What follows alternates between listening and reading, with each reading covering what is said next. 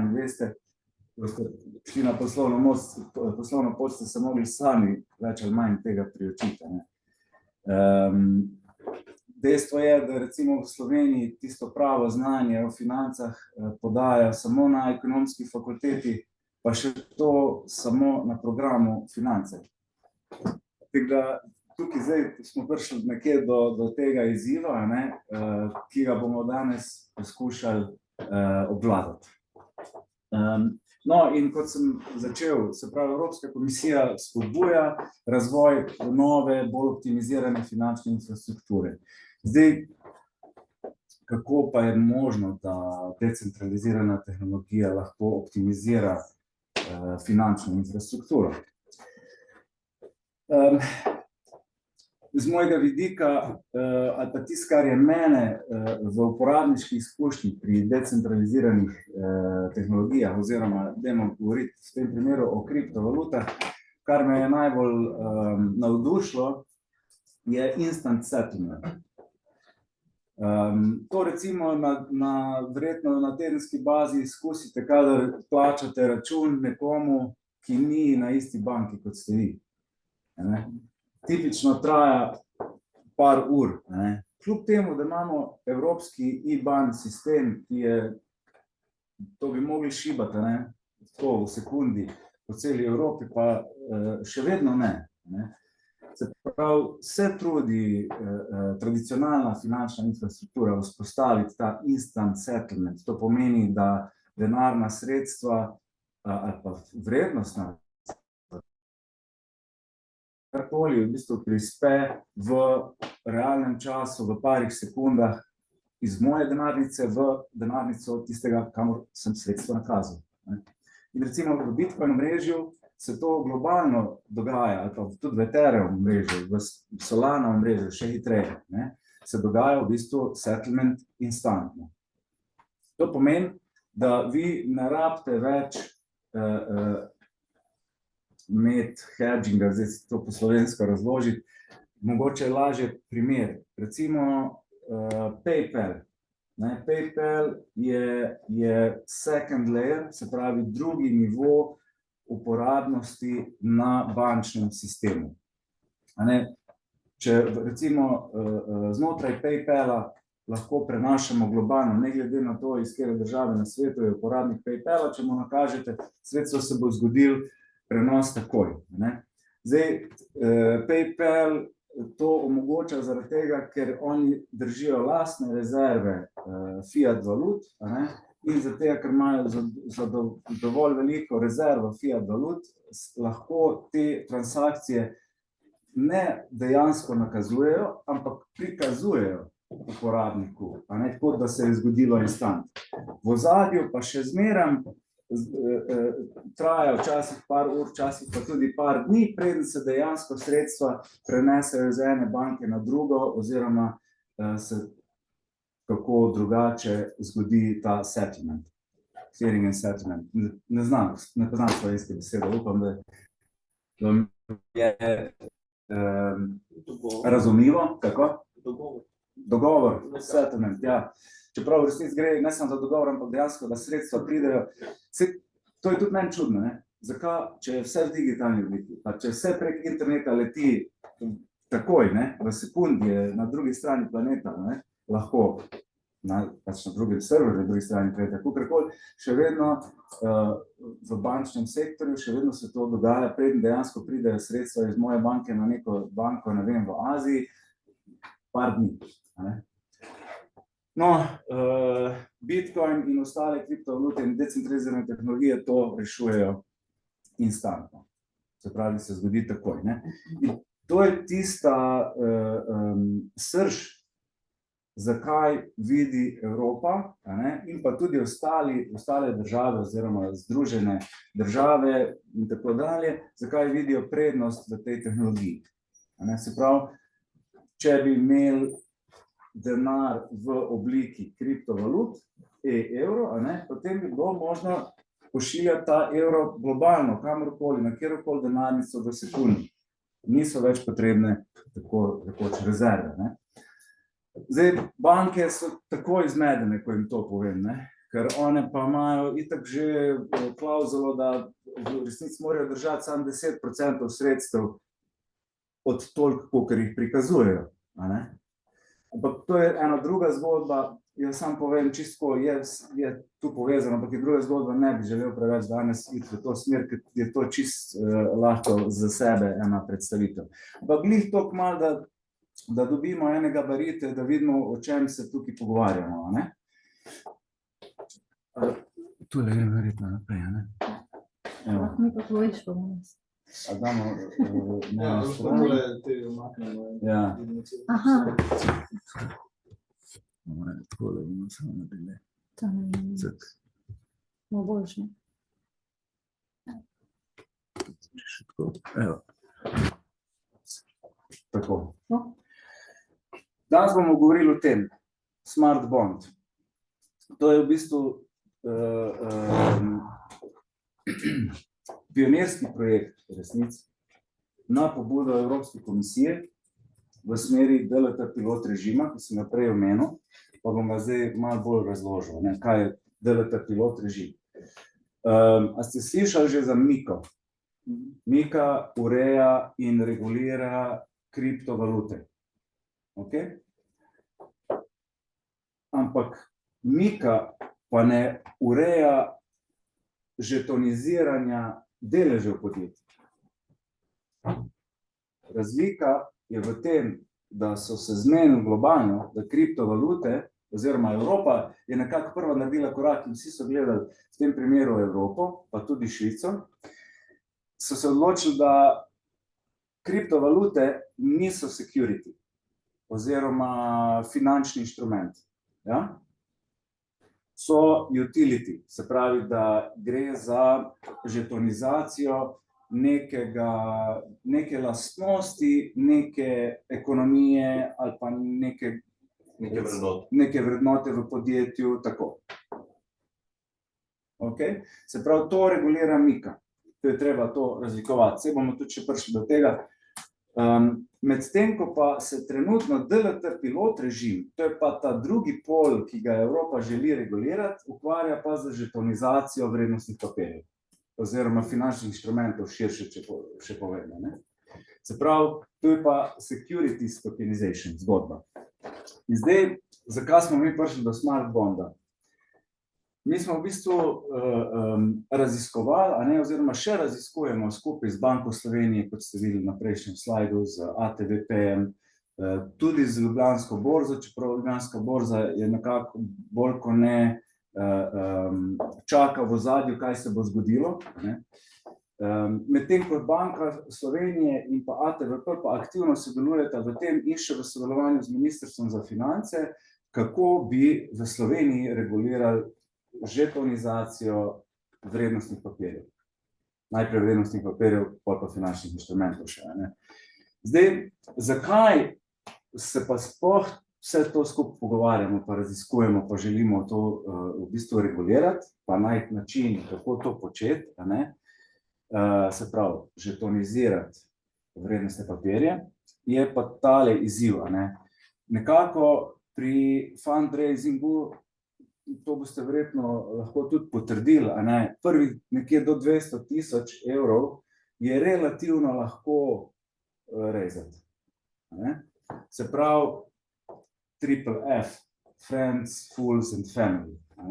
So tisti, ki v teh 200,000, pa še mogoče kak angel investor, ki nastopajo v tej fazi.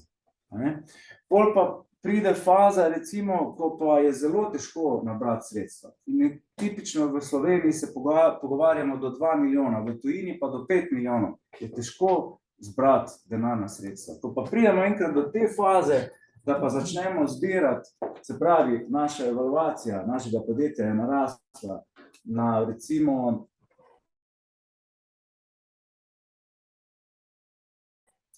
vsaj 10 milijonov, 5% podjetja, to je tisti nek perfect setup, ko se ga želimo iti, in prihajamo nekje v Series A, mogoče že, se pravi, imam nek traction, pa še en kup drugih stvari, bomo tudi kasneje bolj podrobno pogledali, je pa relativno lahko spet pridobiti sredstva. No in ta vmesni korak po naših analizah, to je, analize so pa narejene v Švici, a ne? In pa z zgledom ICO faze razvoja kriptovalut, kar se je dogajalo nekje 2015, 2016, 2017, Initial Coin Offering pomeni ICO, a ne? Kjer so se zbirali, ogromno sredstev se je takrat zbralo, a ne? In to tipično med 500 000 in 5 milijonov, ravno ta gap je bil takrat zapolnjen z ICO, ampak to je bilo še čisto neregulirano obdobje takrat, ne?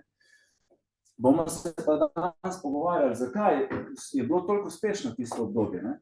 Zdaj, pustimo stati, da 90% je bilo skema, a ne? Se pravi, da je bilo 90% sredstev izgubljenih iz strani investitorjev, ne? In tudi to je en razlog, zakaj želimo to regulirati.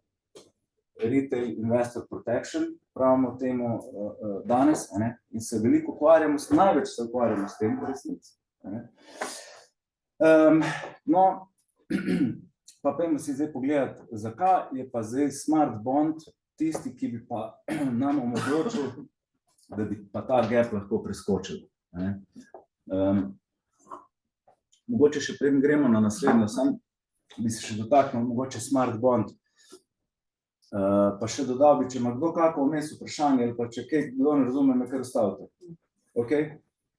Se pravi, Smart Bond, se pravi najprej še, da naslov razloži, kaj pomeni. Bond vsi vemo, kaj pomeni, a ne? To je obveznica. Se pravi, obveznica se od delnice razlikuje po tem, da v obveznici je v bistvu dvostranska pogodba, delnica je pa enostranski finančni instrument.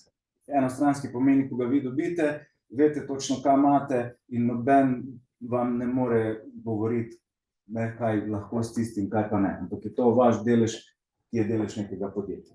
Okay?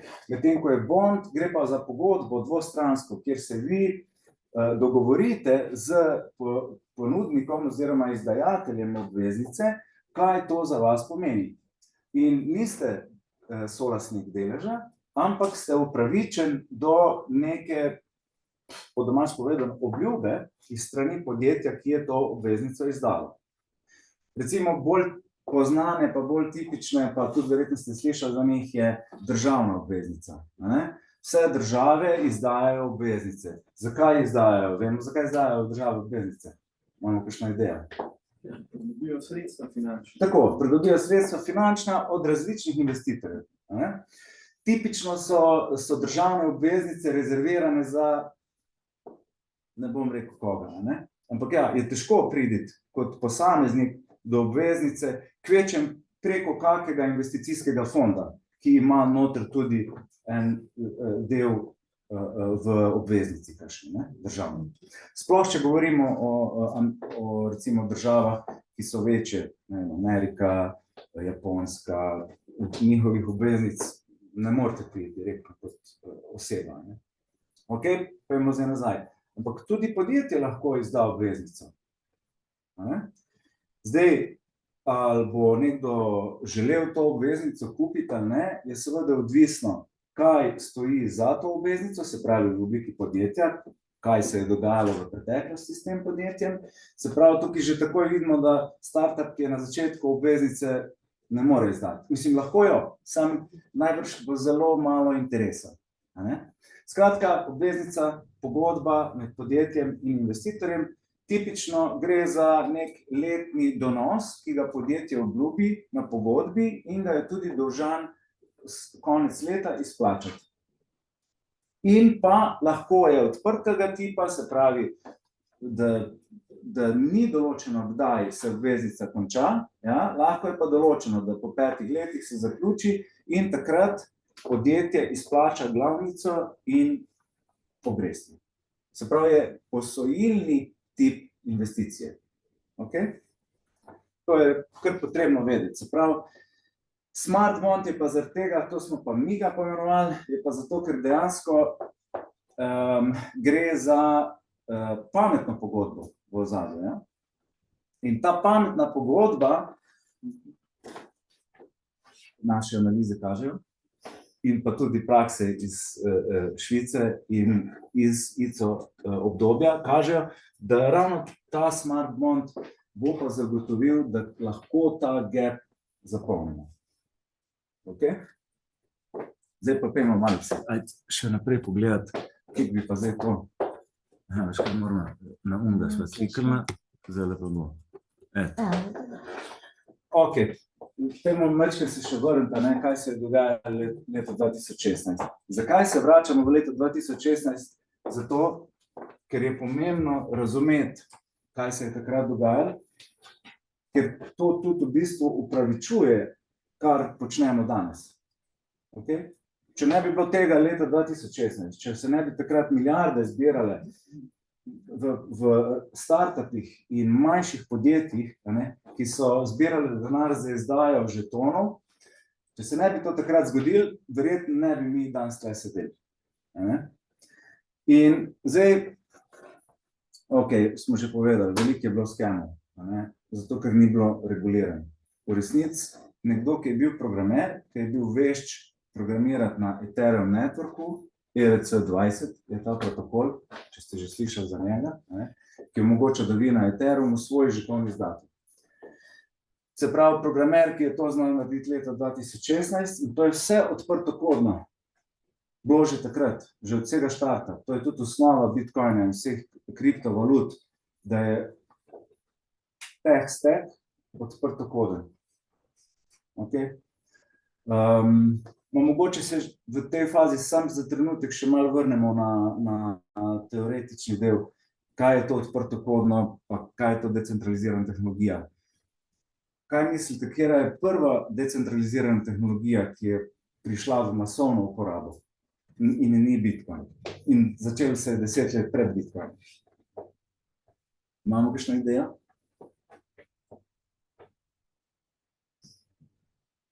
A smo vsi downloadali filme?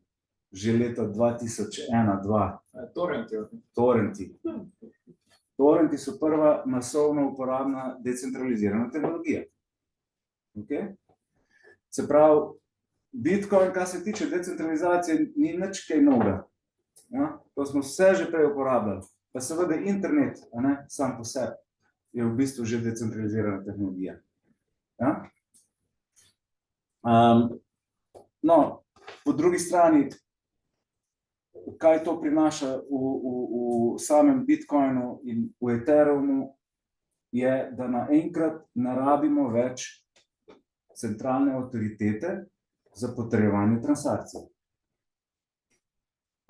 Ravno tako, ko zdownloadate torrent, ni nobene agencije filmske vmes, ki potrdi, da vi zdaj ta film gledate.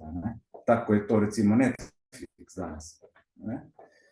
Pa by the way, še danes, in to že 20 let traja, tožijo The Pirate Bay, ki je ta prvi torrent platforma, in še danes jih niso stožili. Zakaj? Tako, ker je to decentralizirana tehnologija in ni možno, ne obstaja entiteta, ki jo lahko tožiš. Ni. Ok, spet, pustimo zgodba za kdaj drugič še mogoče. No in takrat se je pa bilo za vprašati, jaz sem 2016 glih vstopil v kripto v sklopu enega drugega inštituta, ki sem ga tudi co-foundil, in smo takrat raziskovali, kaj zdaj hudiča, ljudje to mečejo denar, pa to krizično je, pa nekdo izda token, vse imamo delnice, vrednostne papirje, pa imamo podjetje, ki rabijo denar, zakaj tja ne dajo denar, zakaj? No in izkaže se, da je to zaradi pametne pogodbe. Namreč, kaj je pametna pogodba? Pametna pogodba pove, da nekaj, kar je javno dostopno, to je pametne pogodbe so javno dostopne. Laufajo na EVM, to je Ethereum Virtual Machine, to je decentraliziran v bistvu stroj, ki skozi laufa in vse podpira, kar se na Ethereum networku dogaja. In takrat je ta ERC20 prišel ven in naenkrat pametne pogodbe stopijo v spredje in investitor, ki investira, ki kupi te žetone, kaj se zgodi? dobi žetone in ima javno dostopno pametno pogodbo, ki velja za vse in je nespremenljiva. In pa teh žetonov ti noben ne more vzeti. Ni, recimo, pri bankah se zgodi, da propade. Še pri banki se zgodi, da propade. Takrat ljudje ostanejo brez denarja. To ni nič nenavadnega. Vsako leto par bank propade na svetu. Okay? Zdaj pri Ethereum omrežju naenkrat, če verjameš, če si verjel, da ta Ethereum virtual machine ne bo propadel, ne, pa če si verjel, da internet ne bojo kar tako gasili, pol je bila to bolj ziher investicija zate, kot pa bilo karkoli drugega. Sploh ljudje, ki so nasamkali že na ta način, da so izgubili denar na kakšni banki. Ali pa kje drugje, ali pa v kakšnem investicijskem fondu, še bolj pogosto. Ja, vsi so potegnili ven denar, zmanjkali, da enoč moramo zapreti. Kdo je potegnil ven denarja? Oni visi, to so že naprej vedeli, da bo šlo vse pravo. Navadni smrtniki so pa ponovno ostali brez denarja. Zdaj večkrat banaliziram, ampak upam, da sem uspel prikazati, zakaj je pa zdaj žeton, ki ga imaš ti v denarnici in noben ti ga ne more vzeti, in pa ta žeton definira, ker ga imaš, definira to pametno pogodbo, ki je v resnici pametna pogodba med Ethereum networkom in med tabo, in Ethereum networka ne more noben ugasniti, ni ene osebe, ki bi potegnila ročaj in bi se ugasnila. To je osnova tega. Sem samo nekaj dodati, mogoče če zato sem tudi. Prosim, super. Se mi zdi to super, jaz bi samo podaljšal z 2016 na 2021, ko mi se bo na Ethereumu pa šlo ogromno tokenov, od katerih deskar povečal z 90 na 98% čisti skem. Tudi Ethereum je takrat, so se fajn, oni ven zbrskali, tudi Binance, oni so ogromno tih žetonov listali, teh žetonov jih je šlo res veliko tudi so grunt. Tako da Ethereum je obstal, tudi je zelo solidna, super platforma, je pa res, da je bila skozi primarna vrednost je bila na kvaliteti firme, pa founderjev, ker pa te skem tokenih je bila zelo slaba, pa fama. Če pogledamo, koliko nas je zdaj tukaj, nas je malo. Zdaj, če bi prišli 2016, 2020, bi se kle mrgoleli ljudi, tako da zdaj smo prišli v to, ker nobenega ne zanima, ker ne vidi tako denar. Tako da mogoče to. Za nas je pa mogoče ta zadeva zanimiva, da se predstavnika mladega startupa, 2 let.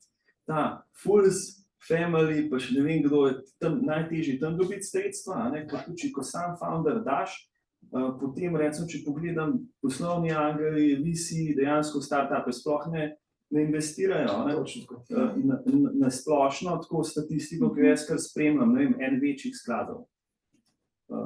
Pričakujo države veliko, sam pa ne naredi nič. Na statistika je bila, 7 investicij, 6 v tuje, pa ne startupe, že nekdo, kaj dobo denar, pa eno slovensko, tako da na koncu država s 5-2, mi ga nismo dobili, disclaimer, ampak 5-2 je naredila odlično delo, zato ker 30 do 70 startupov financira, ki jih drug živ bog noče. Če se pa na žetone navajam, bi pa rekel, da je zelo pomembno tudi to, poznamo Viberate, pa Economy, to sta bila slovenska projekta, zdaj jih nisem spremljal, ampak uspešna. Oni so takrat, recimo, do 2016-2017, ne me za besedo, so takrat dobili kar, po mojih glih to, kar ste 2 milijona. 2 milijona. Viberate 2, Economy pa 2 mende. 10? Tako da to sta bila zanimiva projekta, zdaj jih ne spremljam, tako da spremljam, ne vem, ali ste živita po mojih še zmeraj. Takrat so toliko denarja dobili, da v bistvu so bili sposobni listati na menjalnici. Vsi vemo, da so menjalnice, ne vem, treba pogledati, kako so rangirane, na top je Binance, pa so Coinbase, in zdaj, če ni ideja, da boš tam listan, te živ bog ne bo kupil, to je dejstvo. Tako da takrat so uspeli zaradi fame te projekte, pa tudi zaradi kvalitete, vse eni so bili kvalitetni founderji, so dobili ta sredstva in jim omogočili, da so lahko svoj plan izvedeli, da so lahko listali na borzi, bolj pomembni drugo, da so imeli denar, da so lahko trading sploh omogočali, ker da imaš ti sploh trading, moraš imeti na začetku market making firmo. Kot tretja pa moraš delati tudi reklame. Se pravi, če bi mi kot firma, zdaj kot startup, se z vami strinjam, nikakor zdaj ne moramo dati, ker lahko rečemo, imamo 2 igre, nimamo pa 5 milijonov prometa. Za naprej bi bila pa zanimiva zadeva. Moje vprašanje bi bilo bolj, a Evropska unija bo potem tudi pri tem kaj pomagala, ker recimo tudi, če mi pridemo do prometa z igram milijon, nimamo zdaj denarja, da listamo ta žeton, ki predvidevam, da mora iti preko neke menjalnice, a gre to direktno, imeti toliko pa toliko sredstva, da lahko listamo to na neki menjalnici, da imamo ves ta feedback. Mogoče to bo potem vprašanje, bo do tega prišlo. Drugače pa zanimivo, predstavitev super. Hvala. Ja, super feedback. Ja. Jaz bi rekel še mogoče to, 2018 je Binance šele ustanovljen, in je trenutno najbolj uspešen še vedno. Najhitreje so dosegli unicorn status. To kaže res, da 2018, 2019, 2020, koliko je bilo takrat v bistvu tega zanimanja. Po drugi strani pa ni samo Ethereum. 2020, 2021 so prišli še drugi networki, ki so bili v bistvu še bolj scalability, so imeli še bolj naštudirani. Recimo Solana je najbolj napredna, kar se tega tiče, ali pa Internet Computer protokol, ICP. Ja, zdaj, jaz bom tudi malo kasneje še točno predstavil, kaj to pomeni, kaj ta smart bond pomeni, kako točno je v bistvu ozadje pravno, zakaj je to možno in pa kaj to odpira naprej, ko se bo to reguliralo v sklopu, se pravi Evrope, oziroma na področju posamičnih držav in na koncu tudi nek legal framework na nivoju Evrope. Zdaj, še to, 2016 je bilo okrog 1000 altcoinov v obtoku, približno. To je pa tista ključna stvar, ki sem jo tudi že omenil, bigger investment with smaller investors. Se pravi, jaz tako tle pravim, takrat se je pokazalo v bistvu, da decentraliziran koncept v resnici povzroča, da se neka zgodba lokalno začne razvijati hitreje.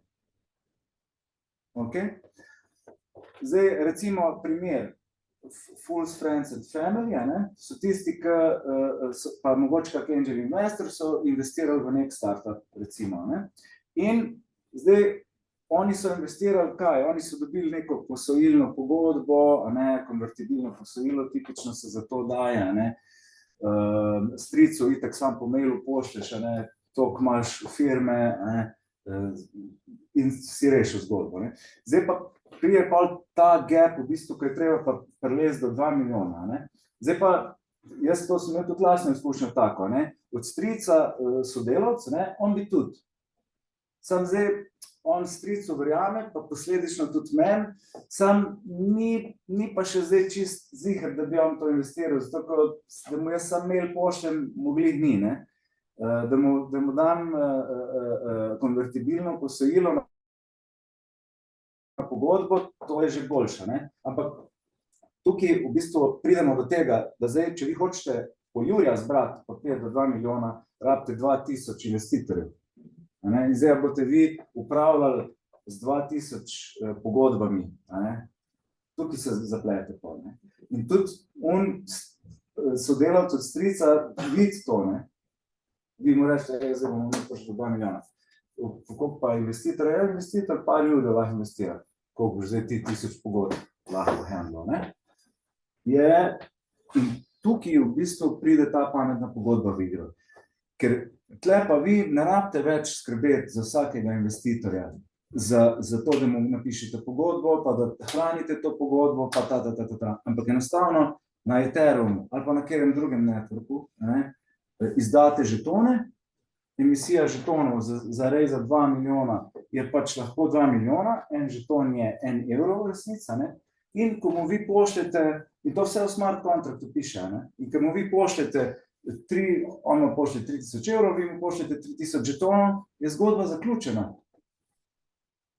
to je publicly accessible smart contract, ki ne rabi imeti zdaj nekega custodija, oziroma da vi hranite te pogodbe, pa jih upravljate. Pa imate, sam s tem se lahko ukvarjate, če imate 1000 pogodb. Okay? Tukaj je ta dodana vrednost, ki se je pokazala takrat. In zato so bili uspešni te projekti lahko.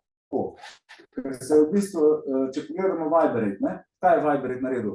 Oni so naredili launch, pa Umek je rolal, ko je bil launch. In so ga prenašali live. Ne? Že sam zato, ker je Umek rolal live, je gledal 10,000 ljudi tisto. Okay? Pa zdaj, če jih je 1000 noter pretegnilo po 200 evrov, je že bilo 200 ljudi. Ne? Okay? No, kaj se pa danes dogaja? Ne? To sem že omenil. Veliko networkov danes omogoča tokenizacijo in so recimo bolj privlačna za določene stvari, kot pa Ethereum network. Vsak network ima neko specifiko, ki v bistvu privlači drugačen tip podjetja. Eni želijo več transakcij na sekundo, eni želijo bolj robustnost, eni želijo bolj decentraliziranost, in tako naprej. Danes je 11 milijonov žetonov že zunaj. Velikokrat danes me vprašajo ljudje, zakaj ni nič likviditija na altcoinih. Vsi so mi govorili, mi smo to pričakovali, da se bo zgodilo, okay? Da altcoin zdaj po bitki lahko biti general, ampak nekako smo čutili, da bo težko, glede na to, koliko različnih žetonov je danes listanih na borzah, ker ima skrepa 100 top kriptoborz, in to tudi objavljamo v Palma Community kanalu, vam lahko linke pošljem na koncu. Dnevno je po 20 do 50 novih kriptovalut listanih na 50 top borzah, recimo. Okay? In zdaj, če gremo pogledati, kakšna je tržna kapitalizacija, ne vem, koliko je danes, 2-3 trilijone, 60% je v Bitcoinu, ostalo se pa razdeli na 11 milijonov tokenov, prideš na par tisoč, mogoče 10.000 evrov na žeton. To ni nič, to ni možno neko trgovanje, kjer lahko pričakujemo, da bomo, ne vem, mi žeton kupili, pa se bo cena nekako premikala, pa tudi če bo šla malo dol, pa bomo mi na koncu žeton prodali. Še to je vprašljivo, če je možno.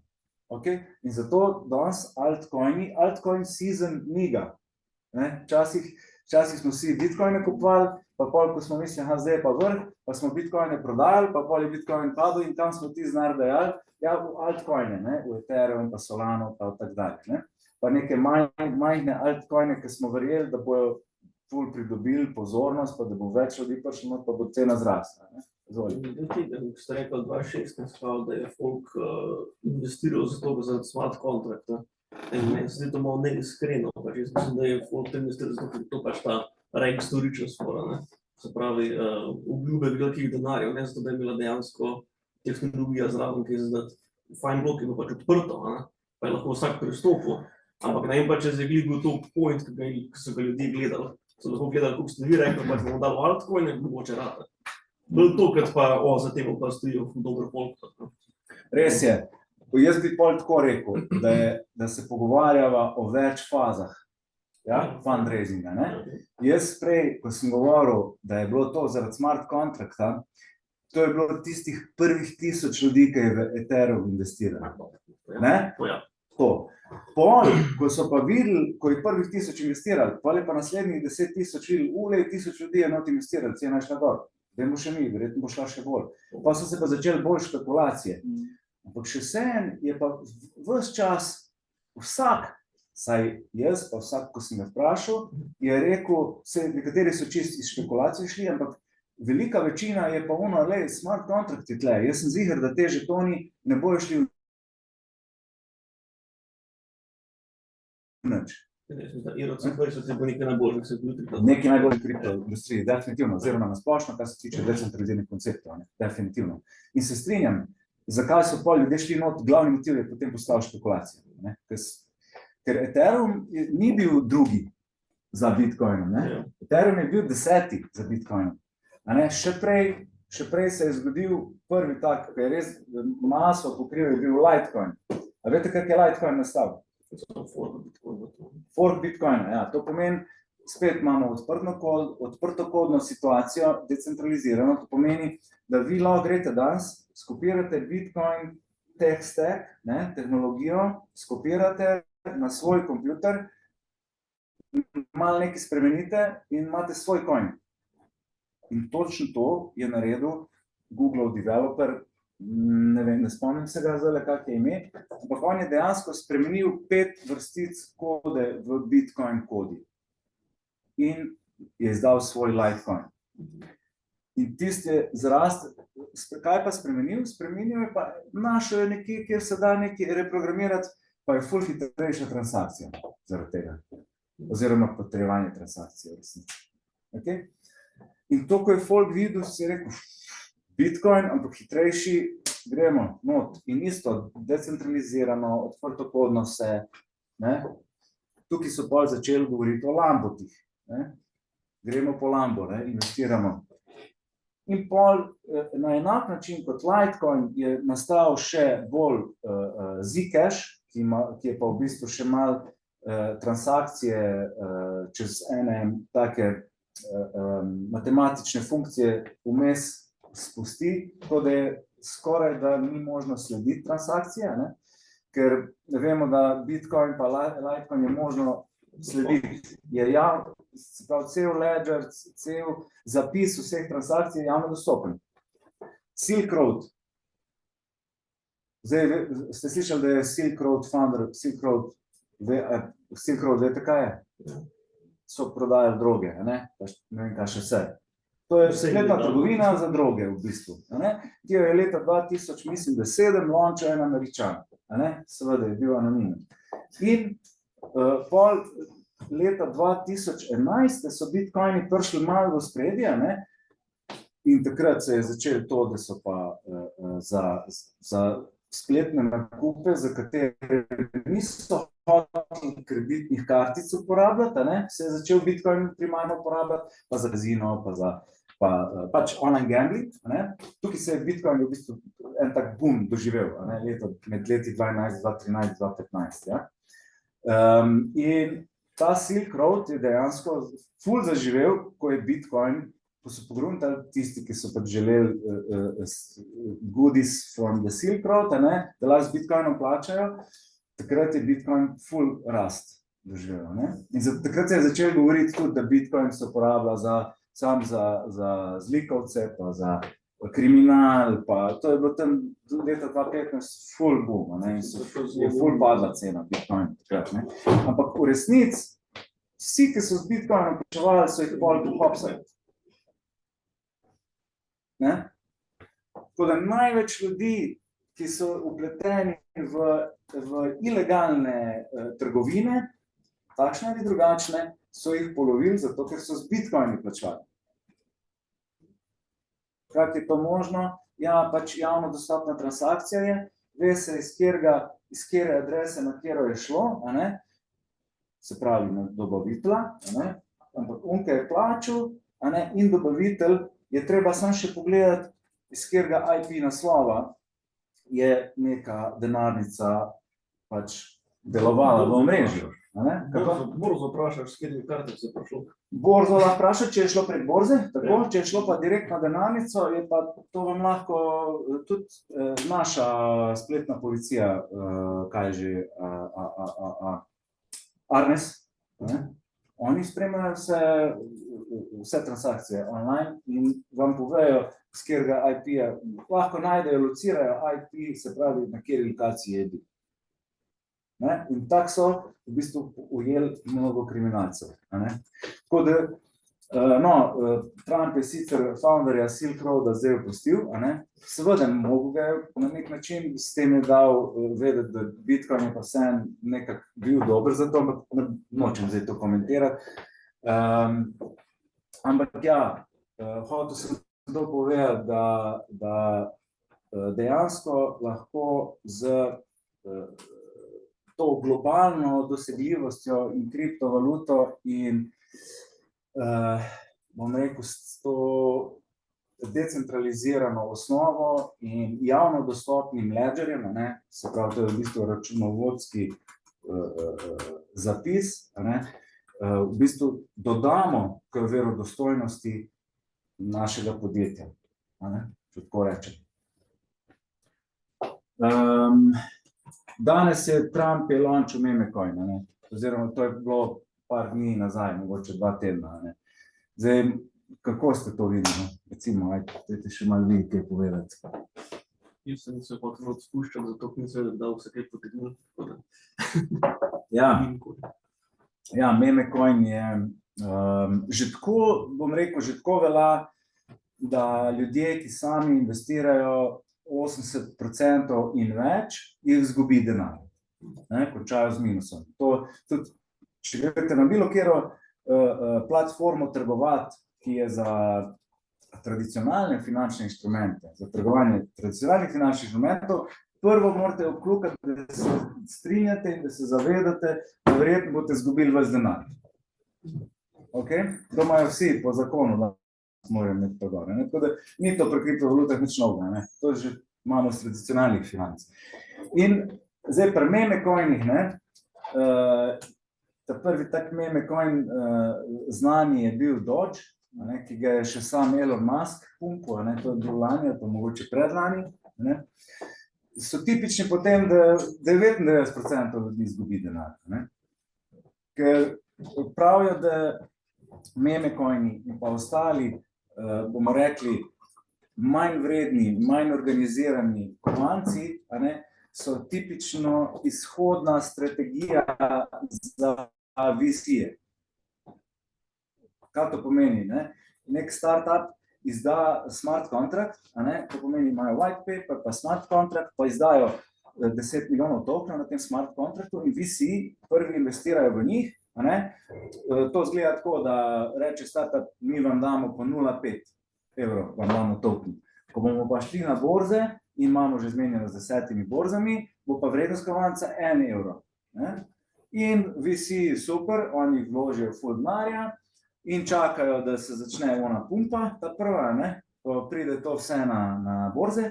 VC imajo tudi pol držijo, ne vem, na Binance-u dovolj BNB kovancev, zato da lahko prisostvujejo na launchpadu in ta prvi prodajajo, to si še prvo zrihtajo in pol vi launchate in folk, ki ste ga nahajpali, pol pa drugače, hoče med prvimi kupovati, ampak dejansko, ko folk prije do tega, da začne kupovati, je kovanci iz 1 evra že šel mogoče na evro pa pol na 2 in tukaj že VC prodajajo. Oni že tam prodajajo in vse v bistvu žetone prodajajo in spravijo v resnici žeton, da gre pod inicialno vrednost tipično, pod štartno vrednost.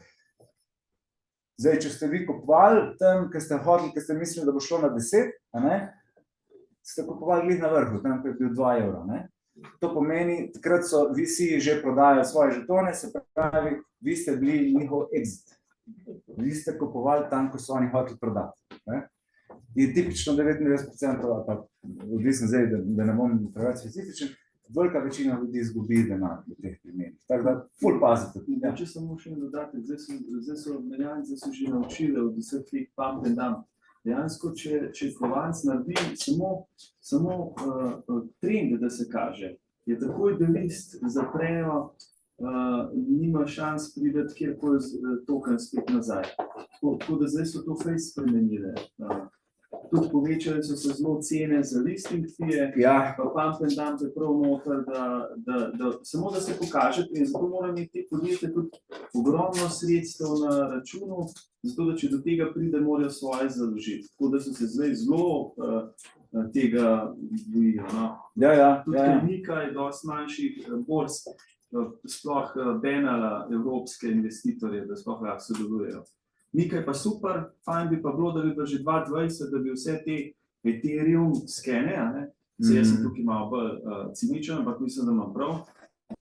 2020 je bilo na Ethereumu izjemno ogromno na tega skema, so ljudje izgubili ogromno denarja. Če bi takrat Nika, bi v bistvu vsi ti skemari bi tako izgubili, ker Nika bo zdaj počistila za moje pojme 80% teh tokenov, so brezvezni.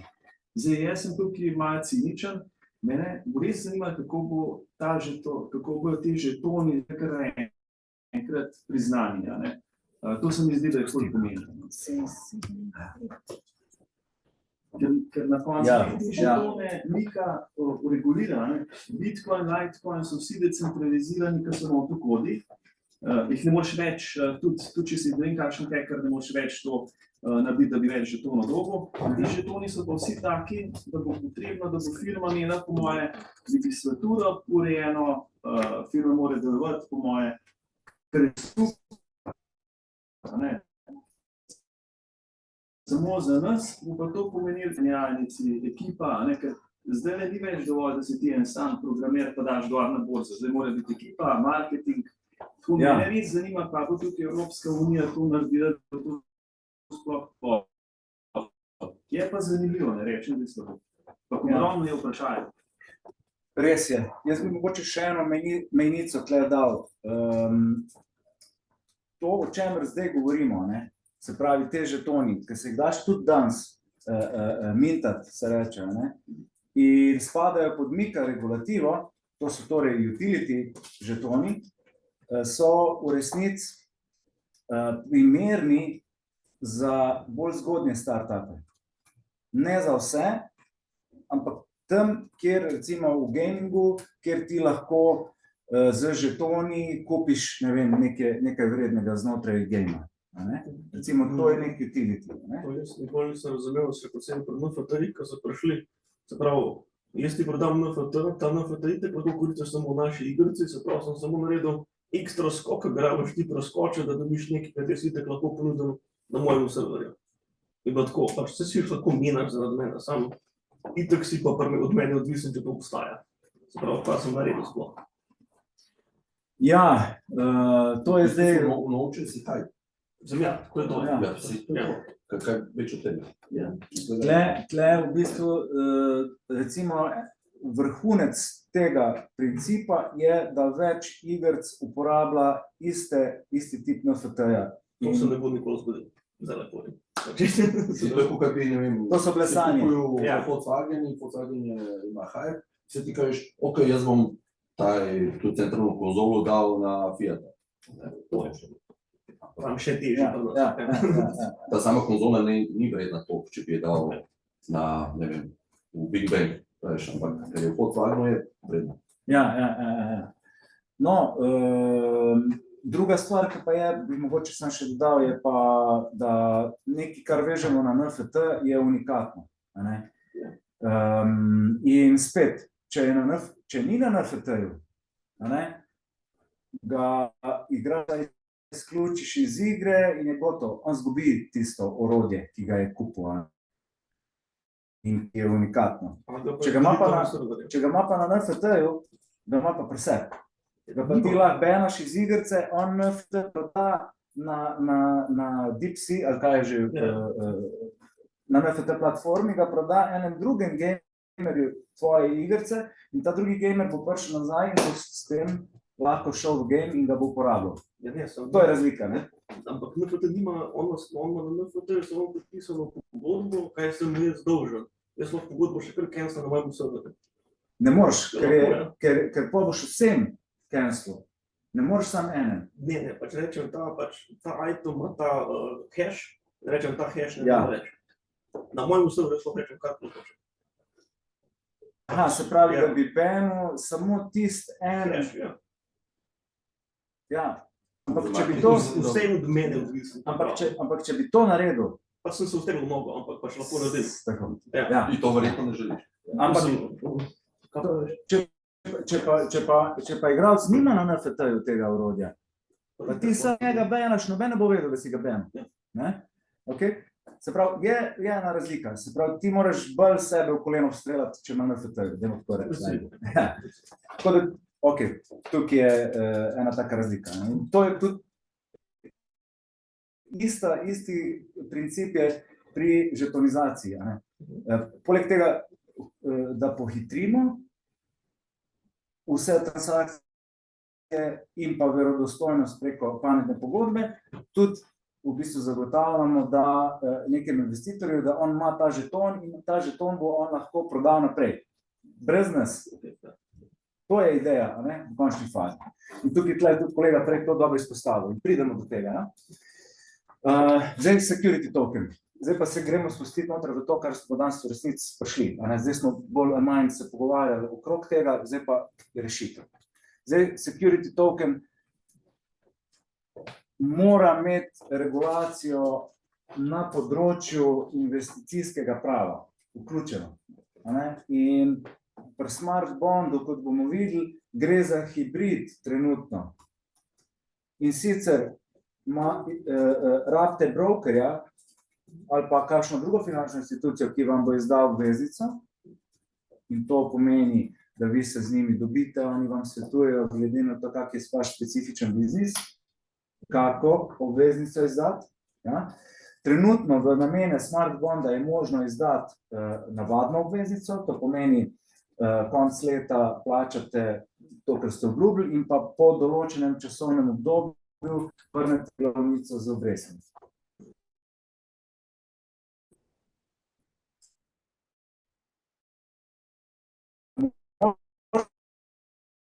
Je pa tudi fleksibilna obveznica.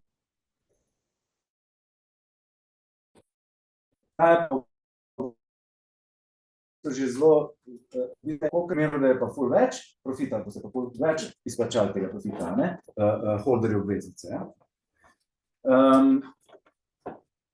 Increased Retail Investor Protection, se pravi, zato, ker gre za hibrid, imamo na eni strani brokerja, ki podjetje oceni in svetuje, ali je smiselno izdati obveznico, in če jo izda broker, je že samo po sebi to Retail Investor Protection.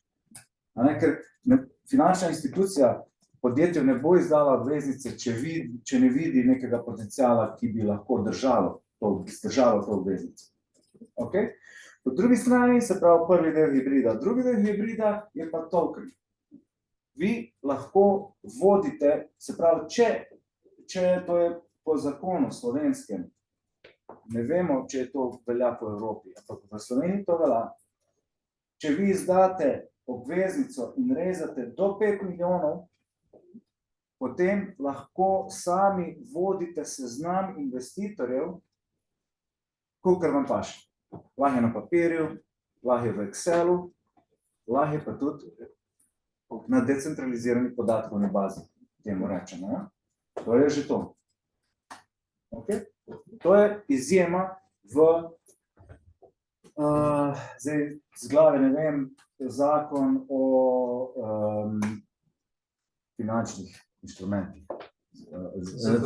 ZTFI, za trgovanje finančnih inštrumentov. ZTFI, tako. Ja? To določa.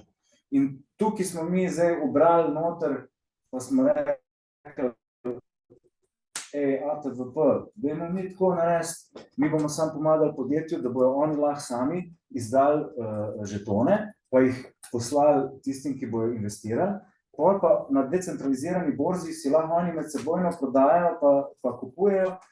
Edini pogoj, ki pa je pa, da vsi investitorji morajo pa pri brokerju narediti KYC.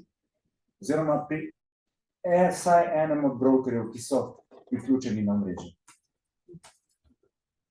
To je v bistvu zgodba, cela. In s tem smo naredili, po eni strani smo zaščitili investitorja, po drugi strani smo pa dali investitorjem to uporabniško izkušnjo, ki jo token oziroma že to prinaša. Ja? Tega že to ni treba listati na borzo. Ne, ni treba. Ne. V resnici tudi trenutno se ne sme tega početi. Trenutno se to ne sme. Zato, da bi prišli do tega, da se to lahko naredi, mora ali borza sama izdati obveznico, ali pa neko pogodbo, ki se navezuje na to obveznico, ali pa z drugega vidika to imamo tudi eno rešitev z sovereno identiteto. To pa pomeni digitalni pasoš.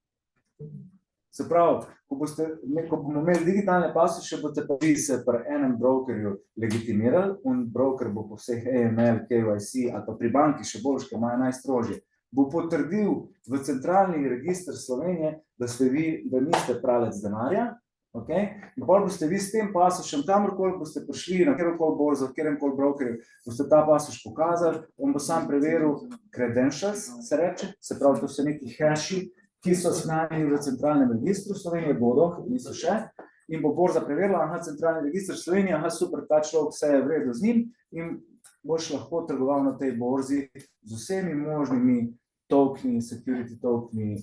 Ampak to je zgodba v prihodnosti. Trenutno je pa to omejen setup, ki se ga lahko greste, se pravi, lahko omogočate, da investitorji, ki so naredili KYC pri tem brokerju, ki je izdal vašo obveznico, si lahko med sebojno prodajajo žetone, ki ste jih izdali vi kot podjetje. Tle pa mi pomagamo kot Kokos inštitut. Tukaj mi podjetju pomagamo in svetujemo, koliko žetonov izdati na katerem networku. Po drugi strani pa Equito broker, to je slovenski broker, borznoposredniška hiša, pa svetuje na področju obveznice, kakšno obveznico izdati, kakšno emisijo in tako naprej. Ja? Vse še vprašanje. Kar. A potem, To je ta setup. več ali manj vas point, zakaj bi dal ti token ven, je to, da potem tisti, ki hoče kupiti svoje delnice, ne rabi več bortiškega računa in je bolj dostopno. Tako, To. simple as that. Mogoče se našel to, tudi to za Slovenijo, samo tudi mednarodno. Lahko, se pravi, Equito broker ima licenco, da onboarda investitorja iz kjerkoli na svetu.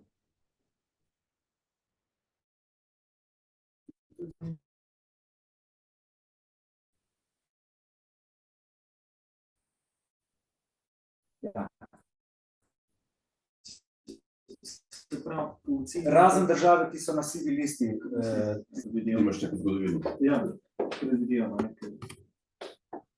Jaz bi rekel tako, tokenizacija obveznice je primerna za podjetja, ki imajo že nek traction, ki je že nek revenue ustaljen, vsaj eno leto se dogaja, ja?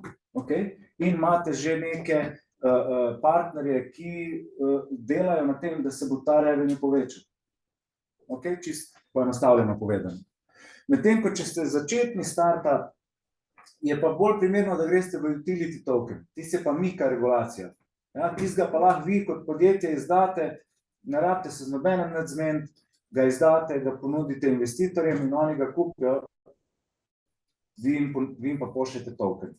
Ja? In tisti token tipično se bo lahko na kjerikoli kriptoborzi listu in normalno prodajo kot vsaka druga kriptovaluta. Okay? Se pravi, ta dva aspekta, bi rad, to je nekak cilj danes mi, da to razliko postavimo in da se zavedamo, v katerem primeru je bolje katerega listati oziroma launchati. Po logiki je ta bond bolj zanimiv, v bistvu. Tukaj na začetku, ki noben ne poznaš, lahko dobiš not, ne? Ja. Tudi denarja nimaš za borze, tudi to si bi rekel, da je scam, lahko še zgubil ime. Ta bond pa je poanta, recimo, meni se zdi edin ta realen, no, če sem čisto iskren. Ti se mi zdi bolj problematičen, ta je pa zanimiv. Če iščeš iz 200-300 tisoč na 2 milijona, pa drabiš in noter vrš 100 tisoč, da daš sploh token ven, pa advertising je tako tretjino na to. Je kar veliko. Ja. Tle pri bondu smo dejansko zračunali 10% stroška. To kot pri enem kreditu.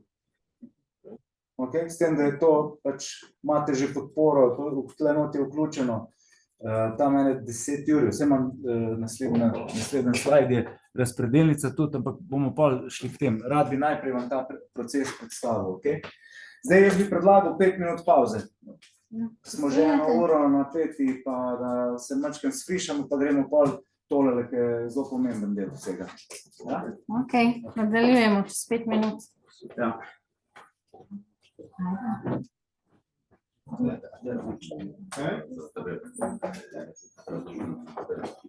Ja.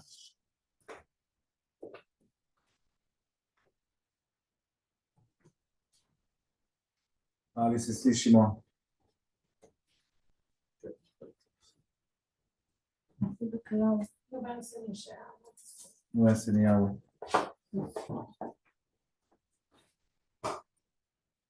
Najbolj so šli na So kavo. šli na daljšo kavo, kot mi. Jaz pa tako skrbim, da nam bojo pobegnil. Ja, dobro, sej nič. Sej. Aha, chat, Ne, sem Ne. napisala. tako da- Aha, si napisala. ok. Upam, da nas slišal, če pa ne, pa že kdo pingal vmes. Slišal? Tako. Super. Ja. Dobro. Se pravi, zdaj smo prišli do tega, da imamo v Sloveniji možnost rezati do 5 milijonov preko obveznice, ki jo lahko tokeniziramo. Ne? Zdaj, zanimivo je to, a ne, da lahko vi obveznico izdate tudi brez žetona, ampak z žetonom pa se zavedamo, zdaj mi danes tukaj, a ne, kakšne prednosti pa s tem dobimo, a ne, če to žetoniziramo. a ne. Imamo širši domet, hitrejš, lahko več investitorjev naberemo v namen svojega fundraisinga. a ne. In manj imamo stroškov z upravljanjem po teh pogodb, ker imamo pametno pogodbo v posredu. Ok, pa pojmo zdaj, kak je sam ta MVP proces, minimum viable product proces, oziroma minimum viable proces v tem primeru za to, ta fleksibilni bond oziroma za bond. Prva stvar, ki bi jaz tukaj rekel, je, to so tudi s kolegom prejle pogovarjala, je sama tokenizacija obveznice in pa izdaja obveznice vam v neki začetni fazi ne bo prinesla kar naenkrat več folka, ki bo investiral. To se morate zavedati. Ne. Ravno tako je, če ste startup pa utility token izdate. Sama izdaja vam ne bo prinesla dodatnih ljudi. Se pravi, vi morate sami graditi zgodbo, a ne, in ker ste dosegli nekaj korakov v tej zgodbi, je potem smiselno morda izdati obveznico in jo žetonizirati, da s tem v bistvu dosežete večjo skupnost na ta način. Ja? Ampak, če pa nimate teh predhodnih korakov, pa žal že samo zaradi žetonizacije ne gre računati na nek uspeh. Ja? Pa pojmo zdaj pogledati, zakaj. Ne? Se pravi, tipično, ne rečem, da to velja za vse, ampak tipično verjamemo na podlagi naših analiz, ker to še noben ni naredil v Sloveniji, zdaj bomo mi prvi to naredili, s 1. aprilom verjetno, če bo ATVP dosti hitro se obrnil, pa Datum je to, kar tako. je, ja, datum je super, Bitcoin bojo vsi že prodajali in bojo res Skladno s tehnologijo. to je to, ne, tako, no, ampak verbalno pa že imamo potrditev in tudi verjamemo, da bo to šlo skozi in da bomo lahko prvi naredili in imamo že nekih 8-9 podjetij v vrsti, ki čakajo, ali nam bo uspelo in bojo potem tudi oni lahko v to.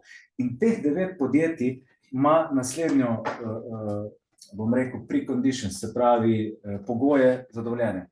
So slovenski startup ali pa small to medium enterprise, ne? Se pravi srednja in majhna podjetja, mora biti del v Sloveniji inkorporiran. Se pravi, prej smo rekli, investitorji so lahko iz kjerkoli, ampak podjetje mora biti pa v Sloveniji. Za ta primer žetonizacije obveznice. Ja? Se pravi, en od pogojev je, da FFF runda ali pa seed runda je uspešno že za vami. Se pravi, tipično tam nekje do 200 jurjev ste že zdravi. Traction, proven track record. Se pravi, to pomeni, da ste produkt razvili, in da že uspešno pridobivate sredstva z vašim produktom. Se pravi, imate uporabnike, ki so pripravljeni plačati za vašo storitev ali produkt. Okay?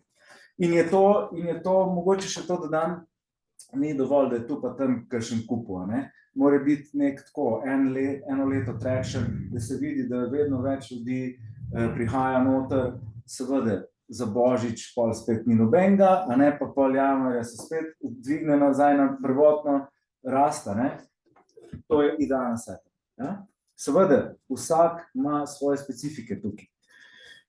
Interested small investors, se pravi, To je pa ono, češnjica na vrhu tortice, je pa še, da imate vse to in že imate določene kolege od vašega strica, a ne, ali pa partnerja od vašega angel investorja, a ne, ki pa gledajo proti vam in vidijo vse to in zdaj malo pa še rabijo nek trust builder, a ne. Tukaj je idealno, recimo, da vi izdate obveznico, a ne, in če je tukaj interested small investors, small v oklepaju, bi jaz še to ločnico dal, če je 5 investitorjev, pa vsak je pripravljen dati 500 jurjev, ok, pol ne rabite žetonizacije. Pol izdajte bond, obveznico, poberite od teh 5, dajte jim pogodbo na roke napisano in ste naredili svoje. Ne rabite se še s tehnologijo ukvarjati.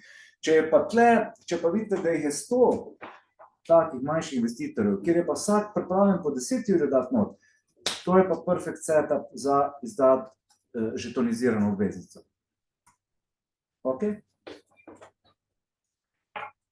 No in pol, ko imamo vse to, a ne, in pa vidimo, da imamo 1000 investitorjev, pa vsak bi dal po 2 jurja noter, a ne, in pa rečemo, ok, zdaj pa gremo, zdaj smo pa, to je to.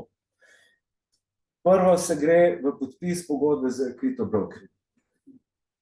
Jaz bi to rekel, sam še, ni nujno, da je to Equito broker, lahko da je tudi kakšen drug broker, ampak mora imeti ustrezne licence, da se lahko tega gre in da lahko tudi, se pravi, legitimira oziroma registrira investitorje iz celega sveta, ne? Se pravi iz držav, ki niso na sivi listi za finančne anti-money laundering. Ja? Evaluation.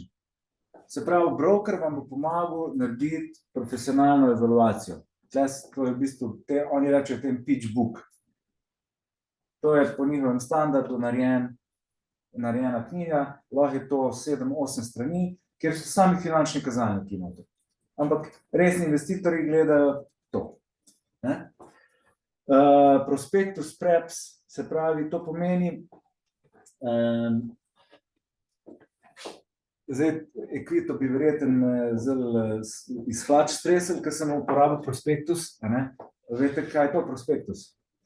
Prospektus je uraden dokument podjetja, ki izda finančni inštrument, ne? In ta prospektus je polno reguliran in to mora iti čez cel proces pri brokerju, pri ATVP-ju in še ne vem, pri katerem vse regulatorju in stane lahko tudi $500,000, da ga izdate.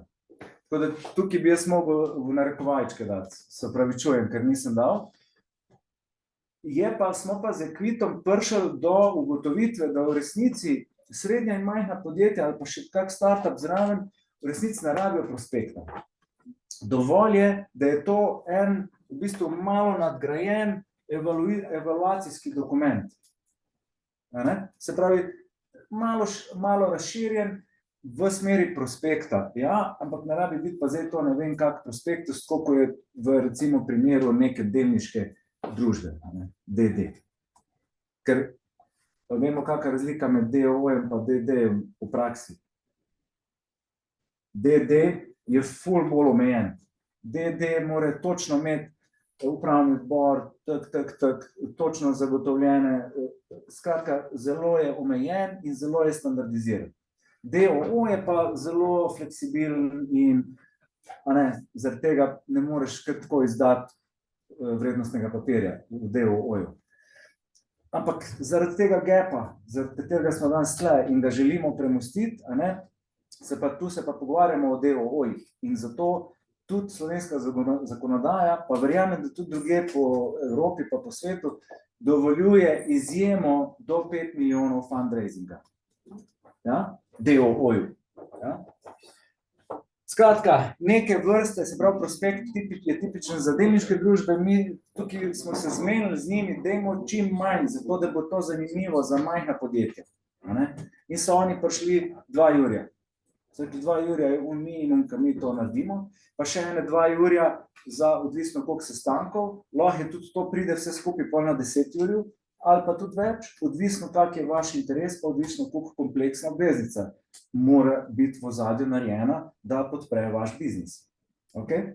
Ampak v resnici lahko vi rečete, dajmo minimum narediti, to je zadost in pridete čez z recimo stroška z 10 juri na 100 juriju rezanega kapitala, oziroma, pol moramo še FIE upoštevati, se pravi nekje 20.000 evrov, 10.000 evrov vam je fiks strošek, 10.000 evrov boste še od FIE-ev, šele pol, ko boste prodali, plačali, rezali boste 200 jurjev, minimum je to nekje. To je tistih 10%, ki sem jih prej omenil, stroška od celotnega rezanega kapitala. Če pa reznete 2 milijona, vam pa pade na 6-7% strošek, kar je pa ful boljš kot kredit že, recimo. Je možno dobiti kakšno ponudbo za nas, ki smo prvi prišli, tako da imamo malo boljše vstopne pogoje. Seveda, absolutno. Ja, mi imamo v bistvu kot Kokos inštitut na naši strani, lahko smo ful fleksibilni. Equito smo pa mi že na minimum spravili, tako da tam bomo težko se še kaj nižje pogovarjali, ker pa 2x po 2 jurja, verjetno. Tako da ja, lahko se pogovarjamo, ja, seveda. Mi smo tak neprofitna organizacija, Kokos inštitut, tako da nam veliko pomeni feedback, pa se bomo zmenili, bomo malo bolj vas lahko spremljali, zato da bomo se še nekaj naučili od tega, pa je dodana vrednost tu, tudi za nas. Tako da ja. Tako da ja, tukaj bi pol v zadnji fazi inicializacije treba pač te kurse, tokenizacije, regulacije in self-custody čez. Jaz tukaj v resnici danes vam to podajam, to v skrajšani obliki. Ok? Zdaj, danes žal za self-custody ne bomo imeli verjetno časa. Mi smo naredili Palma Bota enega virtualnega asistenta, ki ga v bistvu zdaj s pridom razvijamo in bo v bistvu omogočil, da boste vi čist brez tehnološkega znanja lahko upravljali s temi žetoni. In boste rekli, daj mi seznam vseh investitorjev in vam bo zvisto. Imam mnogo investitorja, pa vam bo rekel, daj mi ime podjetja, daj mi to, link, vse opišite noter in on vam pošlje na tisti naslov, ki mu date, pošlje te žetone za obveznico.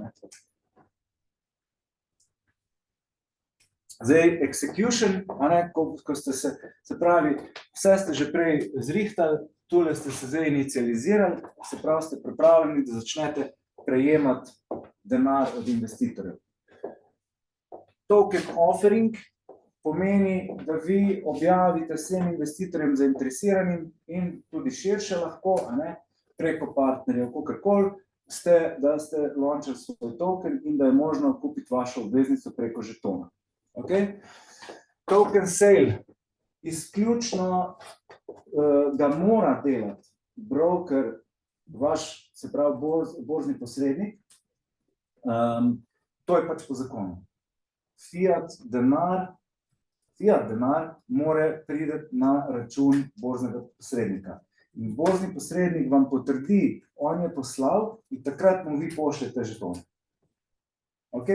To vse bomo v prihodnosti avtomatizirali, ampak ko bo to dovoljeno za regulacijo. Trenutno še ni, zato je malo po kavbojsko v bistvu. Mi znamo že vse avtomatizirati to, ampak ne smemo. Mora podjetje to samo narediti, ko mu broker reče, da lahko. To je, se pravi, če ne bi imeli žetonov, bi broker rekel, evo, oni so poslali, vi bi pa v Excel si napisali, Joško DOO je poslal 5 jurjev. Namesto tega mu boste poslali 5000 žetonov. In je isti efekt, ja. Se pravi, govorim zdaj pa že o token distribution fazi. To je to. S tem ste v bistvu vi zaključili, recimo, da ste uspešno prodali, lahko imate odprti bond, se pravi, da lahko tudi vi napovete, da je 2 milijona rezate, lahko pustite, če vidite, da je ful več interesa, kar ste računali, pa greste do 5 milijonov. Več kot 5 milijonov pa ne. Ker je, ne da je prepovedan, ampak pol pridete ven iz te izjeme in morate plačati približno par 100 jurjev, zato da se vse skupaj lahko sploh sprovede, ker je treba potem vse prijaviti še na par drugih regulatorjev, prospekt narediti, a ne, že sam prospekt je minimum 20 ur, ta prav, a ne, ali več, in tako naprej.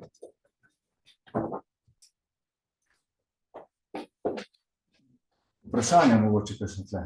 Samo en komentar je bil, da tudi gospod Normo Design Pircman zelo zanima to sodelovanje. Ja? In to je to, no. Nora Vision Ja. Decentralized Art Investments. Bomo povezani.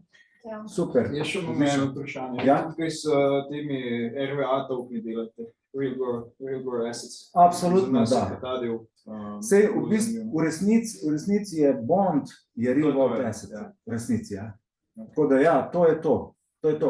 Seveda v prihodnosti, ali pa tako bom začel, trenutno so to hibridi.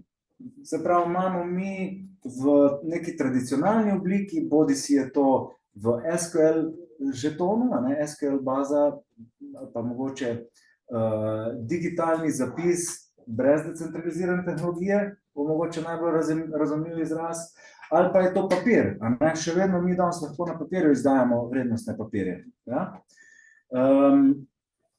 In se pravi, šifra izdanega papirja vpiše v smart contract. Prav to je hibrid. V prihodnosti pa ne bo več tega papirja. V prihodnosti bo pa sam še smart contract v neki obliki. Vlada se bo takrat drugače rekla, da bo Slovenija rekla, ne, mi bomo pa tem rekli glupa pogodba, malo za hec, a ne? Ampak ja, fully bo digitalized, ne? In to je tudi digitalizacija, gre v tej smeri, Evropska komisija to podpira, in bomo videli, kam nas bo vse to prineslo. Trenutno pa je to rešitev, hibrid.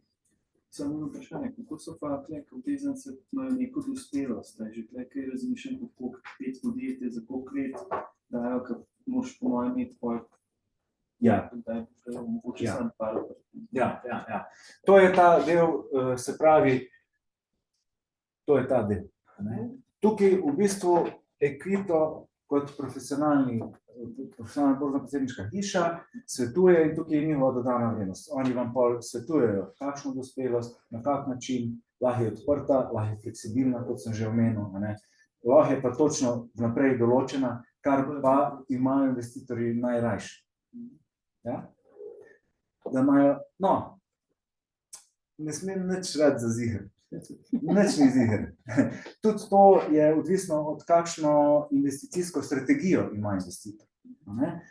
Imajo pa velikokrat radi, bom tako rekel, da imajo točno določeno od začetka do konca, kaj se bo zgodilo. Ne? Ampak je pa res, da pa tam 5 do 10% portfelja se pa namenja za rizične naložbe, tam je pa prostor pol tudi za fleksibilne obveznice ali pa za kak utility token. Ne? In res je, zdaj bo dobra priložnost, ne? Ko bo konec tega cikla Bitcoinova, ko bo začela cena padati, kar noben ne ve, kdaj bo, takrat tipično investitorji prerazporejajo svoje profite in tam 5 do 10% namenjajo v rizične investicije. In če se vi uspete prikazati iz celega unga 11 milijonskega šuma tokenov ven nekje nekemu investitorju, ki ima to situacijo, se lahko hitro kaj zmenite. Gremo naprej še.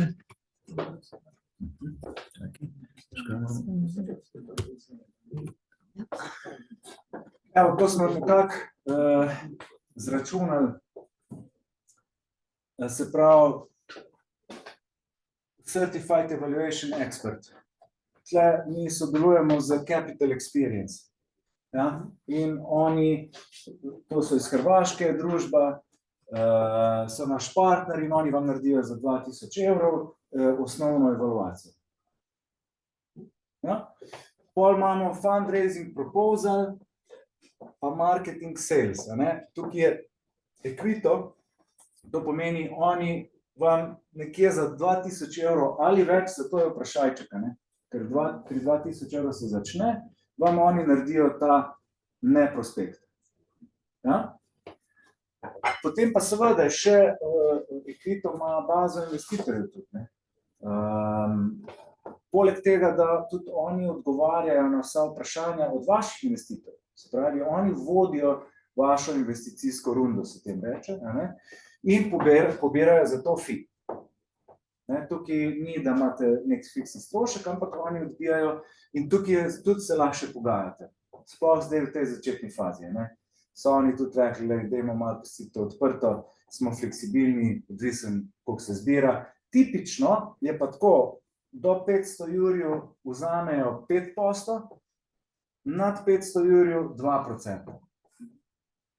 To je nek tak tipičen setup. Ja? Pa smo pa tle mi, kokonata, ne? Mi nekje računamo 2 jurja. To je cel package, se pravi, razširjeno vse, kar sem danes povedal, hands-on vas naučimo, kako se stvar dela, kako se upravlja in pa kako morate v bistvu pravno, formalno se obnašati, zato da ne prestopite zakona. Ja? Ker tukaj je finančna industrija je pač najbolj regulirana industrija of them all in je treba biti pazljiv. In tukaj smo mi zdaj veliko vemo o tem, no? Imamo izkušnje. In pa seveda še za sam token sale Equitor. Ta je še nek dodaten fee, se pravi, če je ta fee za stranke, ki jih oni pripeljajo, je ta fee za tiste, ki jih oni samo upravljajo, vi ste jih potrpeli. In tukaj ta seznam gre lahko še naprej, ne? Ker tudi mi imamo investitorje, ki bi bili mogoče zainteresirani. Ne? Tudi tehnološki park ima mogoče investitorje, ki bi bili zainteresirani. Tipično se tukaj broker z veseljem dogovori za nek fiše.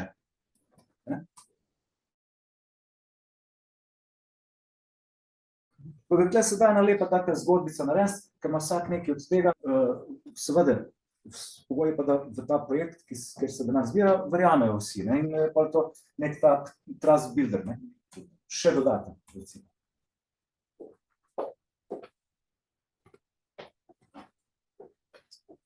No, to sem že na začetku povedal, nisem hotel tega slajda na začetku delati, da ne bi bilo preveč brez veze, tako da to smo že sproti vse zmenili. Utility token, zdaj pa za konec, bi pa še malo šel v ta utility token, se pravi, čistko, temu se malo pogovarjati, ne, ker je zelo zanimiv za določene primere. Ne. Recimo, mi trenutno, poleg tega, da bomo izdali našo obveznico, ne, bomo vzporedno izdali še utility token, ki omogoča, da v našem ekosistemu imaš fije polcnej. Se pravi, recimo, vi boste kupili naš utility token in če boste imeli za 100 evrov, zdaj govorim na pamet, za 100 evrov naših tokenov, vam bomo namesto za 2 jurja, bomo za jurja vam naredili cel ta setup. Ok? Kot primer povem, ne? Se pravi, kaj je torej tle v našem primeru utility token? Bonus točke. Kaj bonus točke v Mercatorju? Ne? Ja. Zdaj, kaj mi ponujemo sicer mogoče še malo trgovalna orodja, ponujemo pa platformo za finančne institucije, kjer imajo asset management, pa exchange, se pravi, priklapljamo finančne institucije, tradicionalne finančne institucije na kripto. Ja, in pomagamo se tako. Tako da ta utility token je nekako v primeru, da ste vi že naša stranka ali pa ste glih pri tem, da boste postali, če imate nekih 100 naših tokenov, imate ful neke ugodnosti, ja, znotraj naše ekonomije. Bond je pa tista obveznica, ki pa v bistvu našim partnerjem, za naše partnerje naredi zgodbo zanimivo, recimo finančna institucija reče, aha, mi pa to rabimo, radi bi, da vam uspe, bomo pa 100 jurjev tle noter investirali in pa mi v ozadju še damo možnost, da pa bond likvidirajo s tem, da kupijo utility token, kar je tudi možno. Kot zanimivost povem, več pa ne bom zdaj, da ne bom preveč o nas. Sam rad bi povedal malo par takih zanimivih primerov. Ja? Kolega ima recimo, prej smo se, Marko, smem malo reklamo narediti. Kolega ima recimo tudi zanimivo zgodbo, pa smo se pogovarjala, so naredili sistem, da ti lahko svojo bajto postaviš v bistvu sam. Plus, da ti še vse stroške računa pa še vso dokumentacijo naredi v zadnji. Ja, tako sem prav povedal. In recimo za njih bi bilo zanimivo, da izdajo tisto utility token, ki so neke bonus točke, ker jaz recimo zdaj ByteOblig sem že začel risati na Keynote in meni je zanimivo, jaz bi investiral takoj 5 jurjev v njihov utility token, če imam pol, recimo, če z njimi sodelujem, imam ful nekih ugodnosti, dobim vse narejen čez njihov sistem in s tem ful pošparam, recimo, ne? Naprimer. Zdaj, Linkska, mi smo novi startup.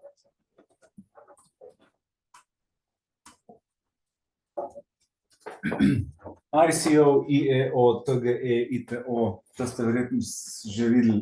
Zdaj, ICO je bil ta prvi initial coin offering. In to so prepovedali. 2019 so rekli, tega ne sme biti več. In kaj se je zgodilo? Pol ja nič.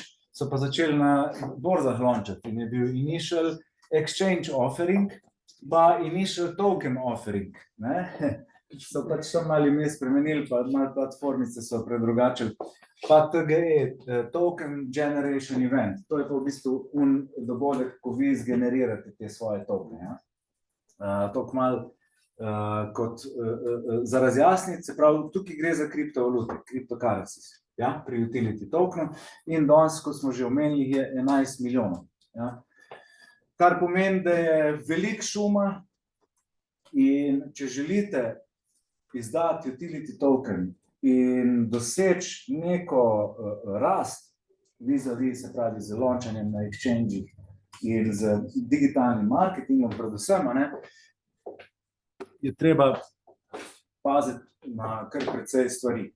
In jaz sem naredil, to vam tudi bom pošeril, oziroma je tudi tule gor link, en dokument, kjer je v bistvu priročnik na parih straneh, recept, kako ne zaribati utility token launch. Oziroma, kaj so oni osnovni pogoji, da vam sploh lahko uspe.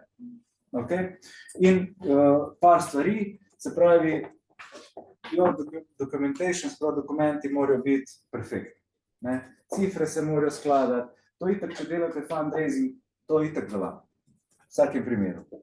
Community is your lifeline. Se pravi, če imate community in community se začne vedno graditi z core communityjem. Se pravi, ko začnete, morate pridobiti tistih zapriseženih vaših fanov 100 jurja, odvisno da počnete, ki bojo potem v naslednjih korakih oni bili vaši zagovorniki, ker se bo milijon ljudi zgrnilo na vaš produkt, oni bojo tisti, ki vas bojo zagovarjali. To je recimo pri communityju, bi jaz rekel na hiter, media in marketing. Zdaj je pač tukaj nekih velikih besed ne bi izgubil, ker sam nisem ekspert. Veliko sem delal čas na search engine optimization, kar je seveda neka osnova še danes, pa social media marketing, se pravi, ne vem, 80% uspešnih podjetij ima svoj Facebook profil in tako naprej. Tukaj se je treba nekih smernic držati in nekim osnovnim standardom zagotoviti, plus seveda redno objavljanje in obveščanje svojega communityja, pod media in marketing oziroma v relaciji na community so potem tudi komunikacijski kanali, Telegram, Discord in X so top 3 danes, ki jih morate obvladati, če se greste utility tokena. In pa seveda tudi media in marketing sem se šteje tudi pa povezali na dokumente, vsaj z eno analitično hišo ali pa z ocenjevalcem poslovnih modelov, Price, Cooper in ne vem, kaj so še, se je treba zmeniti, da vam naredi analizo. To vas prije 20 jurjev, 50 jurjev in vam naredijo to in pol, to je neka zunanja, neodvisna analiza, ki jo morate imeti povsod zraven. To je neka osnova, če hočete na tem področju spet. Pa seveda token listings. Danes, če greste na centralizirane borze, na decentralizirane, to je druga zgodba. Na centralizirane borze morate upoštevati, da vsaj z 10 se morate hkrati pogovarjati. Okay? In fajn je, da ko launchate, da imate z 10, ali pa vsaj s 5 izmenjen, podpisan, da je launch. Ne? In zato boste rabili milijon. Sam za liquidity. Ne? Ker te malo večje borze, ki imajo neki liquidity, oni zahtevajo, da vi poskrbite za likvidnostna sredstva. To pomeni, da če bo šlo dol, boste vi na izgubi, ker se bo iz teh likvidnostnih sredstev to moralo črpati pa za market making. A ne? Po drugi strani je pa to tudi tisto, ki ste že omenili na začetku, a ne? Zagotavljanje verodostojnosti strani borsa. Se pravi, sprejemajo take danes tokene, ki so sposobni vsaj 100 juri dati za likvidnostna sredstva. Okay. Je pa res, da pa airdropi danes vedno bolj pridobivajo nazaj na pomenu. Tukaj pridemo malo nazaj v marketing zgodbo. Airdrope poznate? Ne? Airdropi so ena taka zgodba, ki recimo za bond ni možno. Ne? Vi v bistvu, ko izdate obveznico, pa jo tokenizirate, ne morete airdropov delati, zaradi več razlogov. Najbolj simpel razlog je to, da vi imate nek adres, s kamor airdrop naredite, ne vete, kdo je za človek naredil KYC pri tem brokerju, ki vam je izdal obveznico. Da se to sicer speljati, ampak izgubi na pomenu airdrop. Airdrop je, da vi po par žetonov na community vržete ljudem, ki jih ne poznate. In da jih s tem privabite, da začnejo uporabljati vašo storitev. Most failure reasons, founders keep the strategy. Strategija je ful pomembna, da vi veste, kam greste. Ker drugače ne morete meriti uspešnosti in ne morete ladje peljati v smeri, kamor želite. Underestimate costs. Se pravi, da ne ocenite dobro stroškov. Overpromise utility, to je, da v bistvu svojo tokenomijo, ki jo predstavlja vaš žeton, ki ste ga izdali, ste overpromisali. To pomeni, da ste preveč obljubljali za to, kaj imetje vašega žetona prinaša. Okay? Pa ignore the basics of community building. Prav, če nimate core communityja, boste zelo težko uspeli na tem področju. Ne? To je to, evo, na hitro.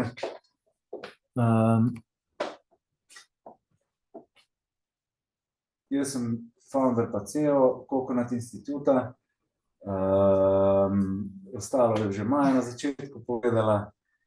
Radi se ukvarjamo, ja, predvsem z decentraliziranimi tehnologijami in poslovnimi modeli. Svetujemo različnim podjetjem na tem področju, tudi sami razvijamo. Tako da to je to. Moj kontakt, mislim, da je pa, lahko pa v bistvu povem, je pa jernej.vrtsko@palmatrix.com. Mogoče še to. Tako da lahko mi pišete. Jaz bi sem prosila, da nekam snemati na Radmove.